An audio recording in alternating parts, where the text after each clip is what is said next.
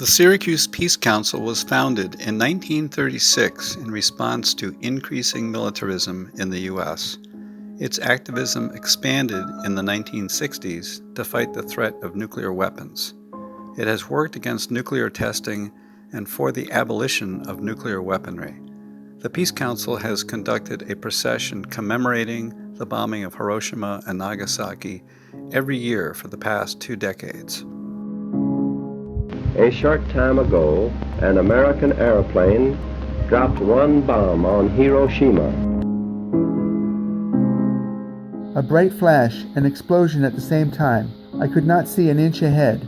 Was it smoke or dust? In a moment, Hiroshima was engulfed in a sea of flames. My cousin suffered no injuries or burns because he was in the basement of a bank. He walked through the black rain and finally came home in the evening. 1 month later, he had a high fever. His hair fell out. Spots appeared all over his body. He died, leaving his newly married wife and a baby. With no father, no mother, no relatives to turn to, from the day of the atomic bomb, they scavenged for food, slept in the open, and had no clothes to change.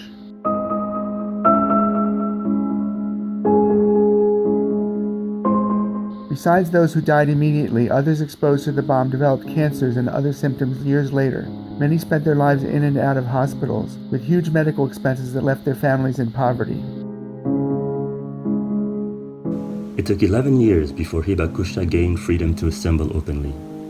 They spoke out on behalf of over 300,000 killed by the bombing and resulting radiation sickness, and founded Nihon Hidankyo. Undeterred, they organized to build power with the additional goal of nuclear abolition, and gained the support of the mayors of both Hiroshima and Nagasaki.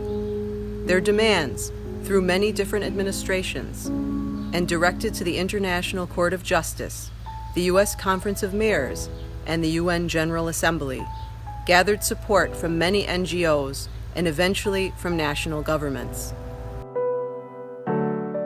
Even in 1980, surviving Hibakusha had to demand relief from the state for the threats to their lives. The after effects of radiation persisted 35 years after the bombs were dropped. With 1 million people in New York on June 12, 1982, they again appealed for no more Hiroshimas, no more Nagasakis, no more war, no more Hibakusha.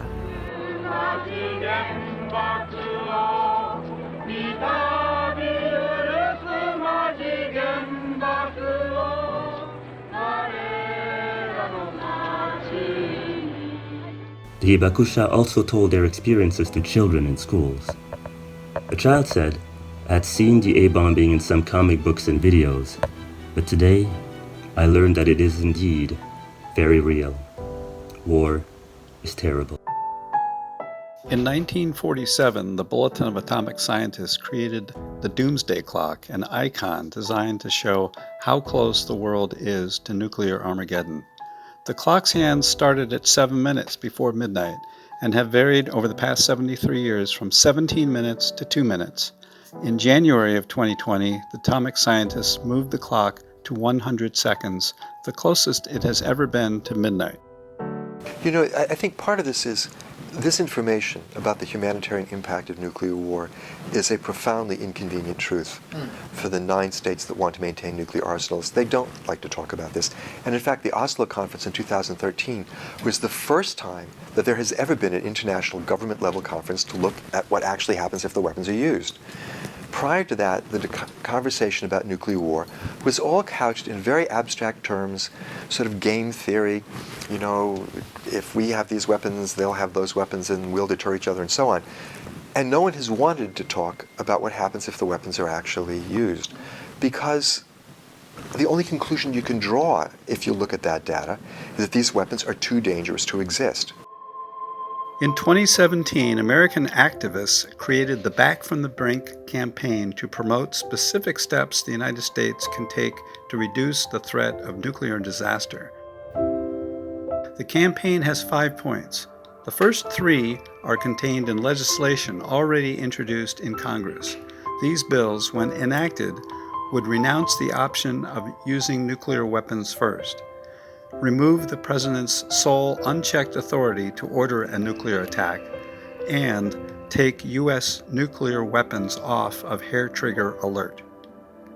The fourth point of Back from the Brink is to halt the expenditure of vast sums of taxpayer dollars on new nuclear weapons. The current plans call for the expenditure of $1.7 trillion over the next 30 years to replace its entire U.S. nuclear arsenal and to build more usable nuclear weapons. That is equivalent to $6.5 million for every hour of every day for the next 3 decades. The fifth point is to actively pursue a verifiable agreement among nuclear-armed states to eliminate their nuclear arsenals. From humble beginnings in 2007, the International Campaign to Abolish Nuclear Weapons, or ICAN, has advocated for the elimination of nuclear weapons. On July 7, 2017, following a decade of advocacy by ICAN and its partners, an overwhelming majority of the world's nations adopted a landmark global agreement to ban nuclear weapons. And in recognition of its success in promoting the treaty, ICAN was awarded the Nobel Peace Prize in 2017. Don't give up. Keep pushing. And those who say that that future is not possible need to get out of the way of those making it happen. Let this be the beginning of the end of nuclear weapons.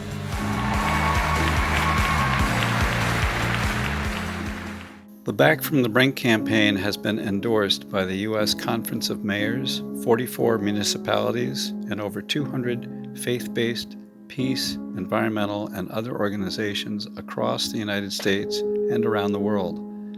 In July of 2020, the city of Syracuse became the 45th municipality to endorse Back from the Brink.